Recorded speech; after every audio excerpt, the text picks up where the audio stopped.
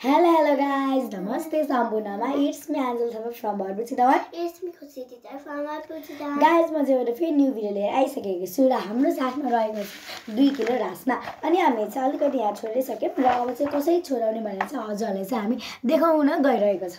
एक मिनेट भन्नु छिटो छिटो। मैले चाहिँ यसरी चक्कु लिए। चक्कु हैन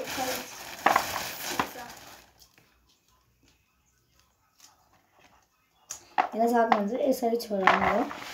हामी चाहिँ छोडाको तरिका देखाउन गइरहेको छौं। भएन। गाइस हामी चाहिँ 1 मिनेटको बनाउने त्यही भएर हामी चाहिँ टाइम हेर्दै बनाउँदै छौं।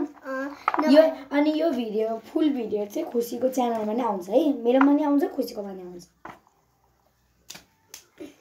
अनि हजुरलाई धेरै धन्यवाद बिकज 3.3k भ्यूज अनि मेरो पनि बनाइदिनु गाइस।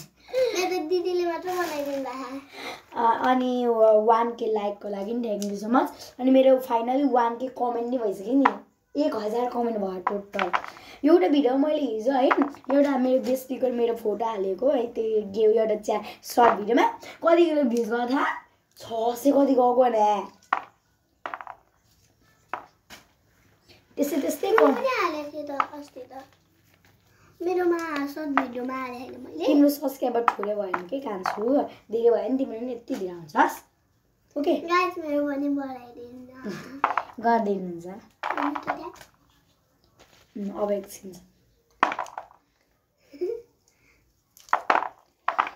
गाइस हजुरहरुले चाहिँ देखिहाल्नुभयो हामीले रासमा छोराको अब यत्रो धेरै रासमा चाहिँ सबै त भेट्नु होला अहिले यो भ्लगमा खुशीको भ्लगमा आउँछ हेर्नु होला। अनि आजको लागि चाहिँ यो भिडियो कस्तो लाग्यो मन पऱ्यो भने लाइक गर्नु होला।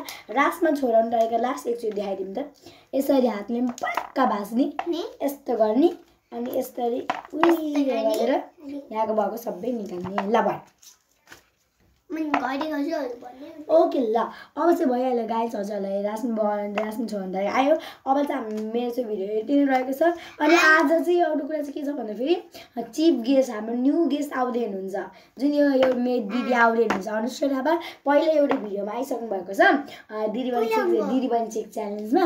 अब फेरि आउँदै हुनुहुन्छ 4-5 दिनको लागि बस्नको लागि इक्जाम सकेर बिदा भइरहन्छ नि त।